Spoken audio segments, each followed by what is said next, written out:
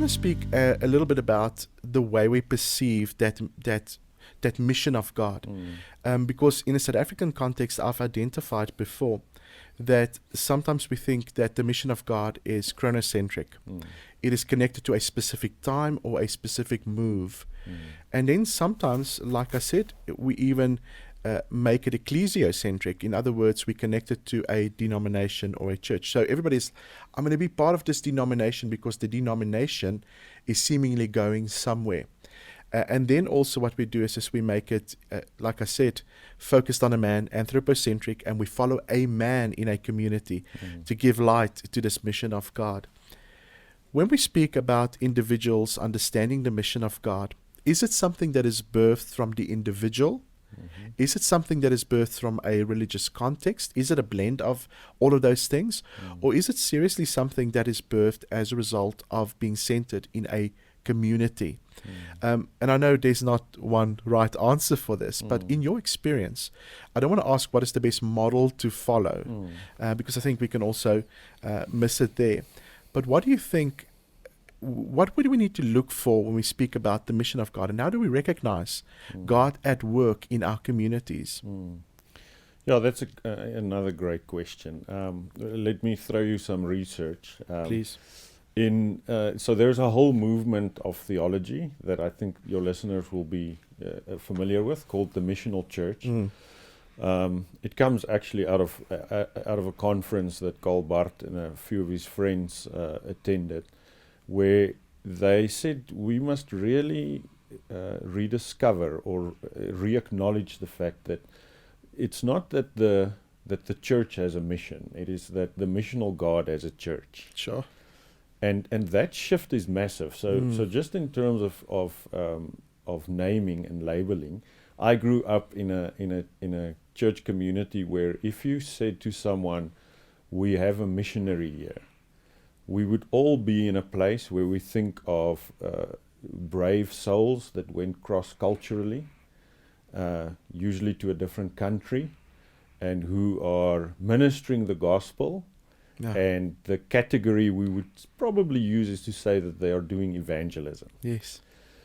Now that is a definite mission and a legitimate mission, but if your imagination becomes colonized that is the only mission, then what people do is they don't see themselves as being part of God's mission. So I do a very simple liturgical thing in our community 3 or 4 times a year. I'll just say, "Oh, I'm very interested today. Do we have any missionaries here? If there are any missionaries here today, just put up your hand." Yeah. And the community now knows my trick.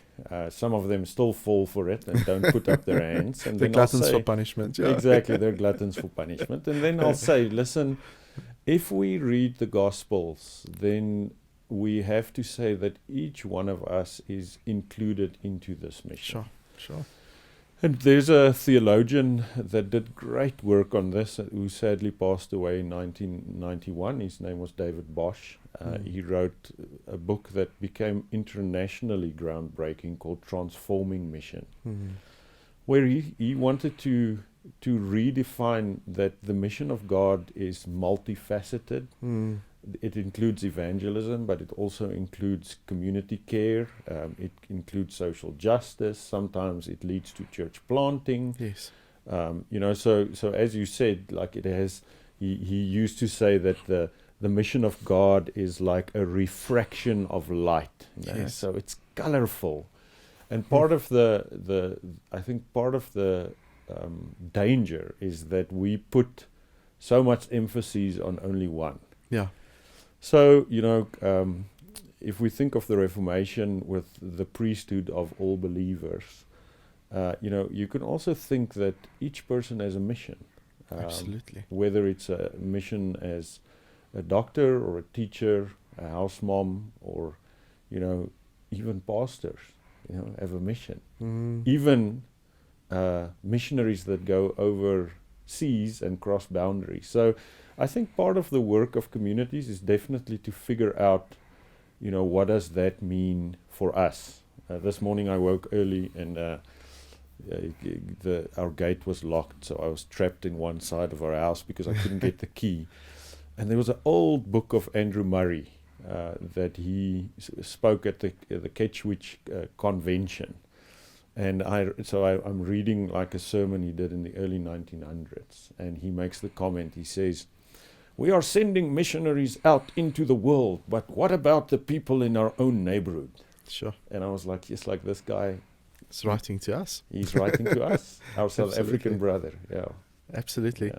And I think sometimes that is exactly how we do it. And what I find is a lot of people always think they're only relevant once they have the title of evangelist, pastor, bishop. Well, I don't want to say prophet, priest, but you know what I'm getting at. And a lot of times people look at their secular vocation and they say, can this really contribute to the mission of God? And something I find quite often in this question of what is the mission of God is people saying, what I have is not spiritual enough, or how can it help a community? What would you say to people that find themselves in a place where it's not as spiritual? You know, they don't pray for people. They don't, and then obviously we've got people on the other side. They go to the doctor and the doctor does not give medication, but he rather prays for them. So he makes it again too spiritual when it should be actually very practical. What would you say to people that find themselves in a context where what they have, they don't feel it is spiritual or good enough to feed into this mission of God? Yeah, I think it's a very deep challenge for the church. Let me tell you a story to illustrate this. A few months ago, someone phones me out of Kleinmond, Afrikaans gentleman, and he asks me some questions. He read another book my wife and I wrote together, and he had some questions about it. And I asked him, say his name is Peter. It wasn't Peter. I say, so Peter, tell me about yourself. And he answers, oh, I'm here in Kleinmond, but I'm just a church member here. And I say to him, yes, like, but you cuss, eh? And it gets silent on the other end. He's like, what did I say? I said, no, you just used one of the worst words a Christian can use. It's like probably it's worse than the F-bomb. So now it's like silent on the other. He's like, I think there's something wrong with our line. He's like, what did I say? I said, no, you used the word just. I am just. Yeah. And so we are so deeply colonized, you're right. I think it happens in our worship spaces a lot of times. Who gets the microphone, who's on stage. You know, we have such deep, toxic habits in our language. How do we choose leadership within the church? Exactly. So I think I'm guessing your audience listening to this, all of them will be some kind of theological geeks or training to be involved in churches. I think our role as followers of Christ that have the opportunity of leadership is to equip people for their ministry. Yeah, very good. And Very good. therefore, I think our worship spaces really can become places where we lift out the ordinary ministries of people. You know, the nurses, the teachers. And to frame that, I have a friend, Trevor Hudson, who's a Methodist minister. And you can't do this in all church traditions, but he, when he was still pastoring in Benoni, would have ordination services for the different vocations in his church. So one Sunday he would call all the teachers and he would ordain them for the year. Or all the nurses, or all the lawyers, and I think just opening up that imagination could become very, very helpful. I agree. There's beautiful international work being done on this. I'm thinking of Redeemer in New York City have these beautiful ways of putting people in different professions together. It's interesting that word. The word profession comes from people who were following Christ in their profession and made a specific profession. So I think rediscovering that our jobs are part of, our discipleship is a massive, massive challenge for church leaders. For sure. Because if we don't start to live into that, we cut out probably 8 to 10 hours of people's apprenticing of Jesus out of their lives. So then the dualism starts, as you said. oh, Pastor, I can follow Jesus here at church, but in my real life. So when I hear that kind of language, I always know, oh, here's an adventure to follow. How can I follow that up so that I can maybe help that person understand that their ministry is actually in their real life? Yeah, for sure. One of my mentors, Eugene Peterson, wrote a beautiful little book called The Wisdom of Each Other, which I think is a classic. It's a classic and a book every pastor should read. And in it he writes letters to a young convert, Gunnar. And then at one stage he writes a letter and he says, Gunnar, you are now at the stage in your life in the church where your minister will tell you that you are really leadership material and that you should join one of the commissions of the church. And then Eugene says something to the effect of, in the Lord's name, please say no.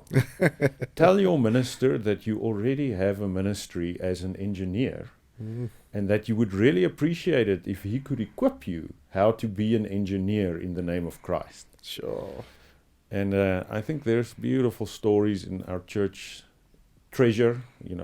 Martin Luther, who drove the priesthood of all believers, said, you're not a good shoemaker by making little crosses and putting it on the shoes. He said, make good shoes. Yeah, for sure. So there's in our mandate a cultural mandate as well. We are to be fruitful and multiply, and I think do our jobs to the best of our ability. Absolutely. And by doing that, avenues open up for the triune God to create and to influence. And so I think there's a massive, massive dualism a lot of times.